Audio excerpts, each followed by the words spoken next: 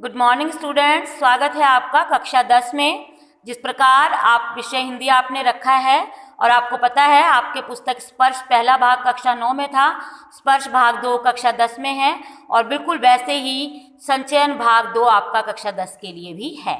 तो उम्मीद करती हूँ आप लोग घर पे सुरक्षित होंगे, अच्छी तरह होंगे। तो हमारे नए पाठ्यक्रम के साथ हम शुरुआत करते हैं आज पुस्तक स्पर्श के पाठ पहला, बड़े भाई साहब। तो यहाँ पर हम पुस्तक स्पर्श का पाठ शुरू करने से पहले आपको बता देना चाहती हूँ कि जो स्पर्श पुस्तक का पहला भाग है, बड़े भाई साहब, वह एक कहानी है। बड़े भाई साहब यह मुंशी प्रेमचंद, जिसका पाठ आप अक्सर पढ़ चुके हैं, पंच परमेश्वर, ईदगाह, बूढ़ी काकी इत्यादि। यह एक ऐसे साहित्य रचनाकार थे जिन्होंने अपनी रचना में सामान्य जनजीवन को दर्शाया है। इन्होंने कोई कल्पनात्मक कहानियां कभी नहीं लिखी। इन्होंने सामाजिक विषमताओं को दर्शाया है। जिस प्रकार आपने देखा, ईदगाह में गरीबी को दिखाया, पंच परमेश्वर में समाज में पंचों का महत्व दिखाया।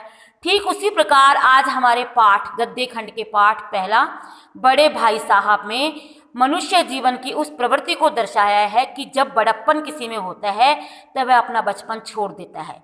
यहाँ पर बड़े भाई साहब एक मुख्य किरदार के रूप में प्रदर्शित किए गए हैं। यह एक आत्मकथा है जिसने बड़े भाई साहब ने स्वयं लिखी है। तो यहाँ मैं शुरू करती हूँ बड़े भाई साहब का जीवन।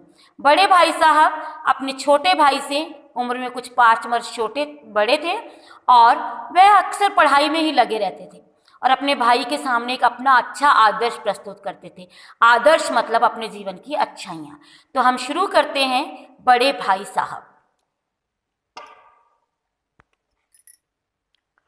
बड़े भाई साहब कहानी प्रेमचंद द्वारा लिखित आत्मकथा शैली। आत्मकथा होती है बेटे अपनी कहानी अपने द्वारा लिखना, एक श्रेष्ठ कहानी है। इस कहानी में उन्होंने बड़े भाई साहब के माध्यम से घर में बड़े भाई की आदर्शवादिता होती है बेटे, जब हमसे कोई बड़ा अपने उदाहरण दे के हमको बताता है कि मैंने ये किया तुम भी ये करो, उन्होंने ये किया वो भी ये करे, इस प्रकार उसको कहते हैं हम आदर्शवादिता।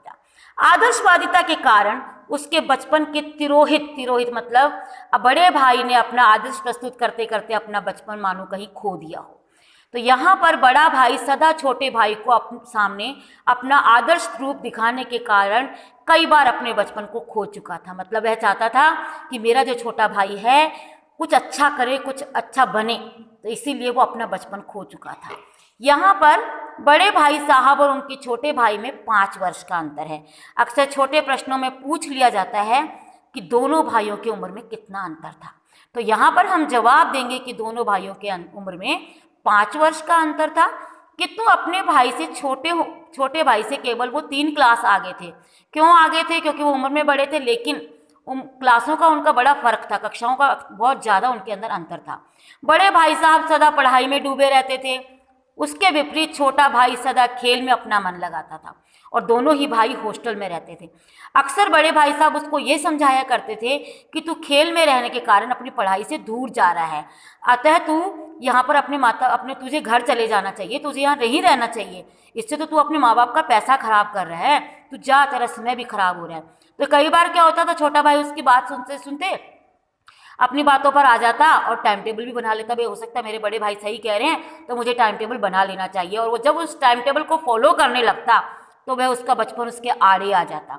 तो वो निराश हो जाता कि मेरे को खेलना भी है।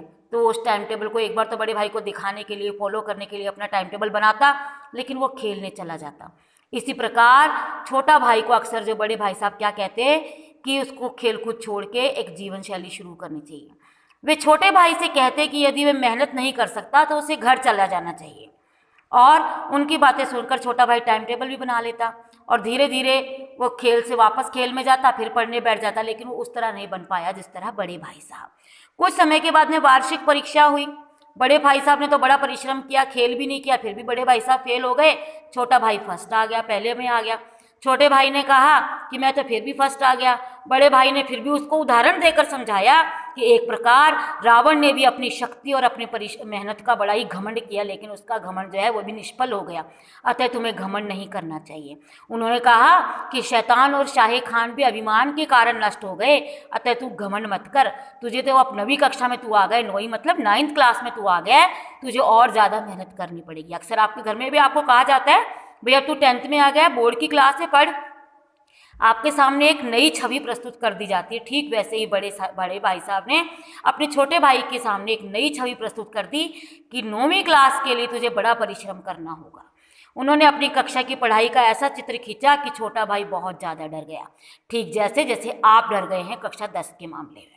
तो ऐसा नहीं है, यहाँ पर बड़े भाई साहब ने अपनी आदर्शवादिता को दिखाते हुए अपने छोटे भाई को कुछ दिखाया है, कुछ सिखाया है।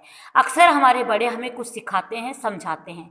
अतः इस पाठ का एक अंश हमने आज किया है। अगली वीडियो में इस पाठ का दूसरा अंश जब हम करेंगे तो बड़े भाई का एक नया रूप आपके सामने आएगा। उम्मीद करती हूँ आपको यह अंश समझ आया होगा। इसे पढ़ें, अंतर्ग्राहित करें। उम्मीद करती हूँ कि आप मेरे कहे को मानेंगे। घर पर रहें, सुरक्षित रहें। धन्यवाद।